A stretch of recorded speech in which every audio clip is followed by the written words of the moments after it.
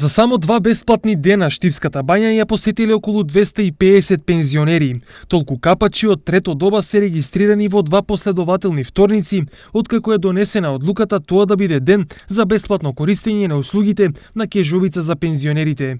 Ова значи дека во делот на информациите кои што сакам да ги дадам до јавноста, дека веќе во првиот вторник имаме 90 пензионери кои што ја искористиле оваа мерка која што ја воведовме, и во втората недела веќе се искористени 160 пензионери ја искористиле оваа мерка.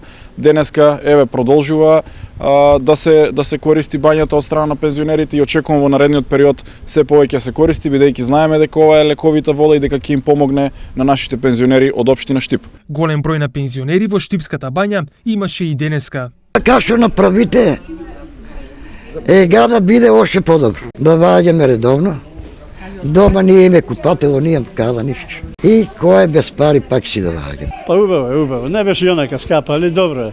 Бесплатниот вторник и квалитетот на водата овде донесе пензионери и од други општини. Убава, лековита, за това идеме. За здравје, убава. Ние сме од Рдовичко. Бањата Кежовица е еден од адутите на Штип, па од општината најавуваат и инфраструктурни инвестиции.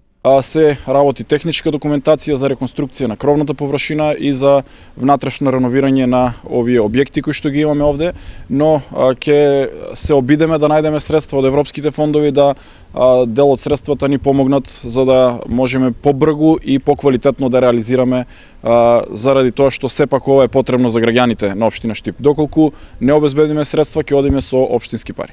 Кежовица располага со скромен капацитет од 40 легла, а годишно овде се регистрираат околу 2500 до 3000 ноќевања.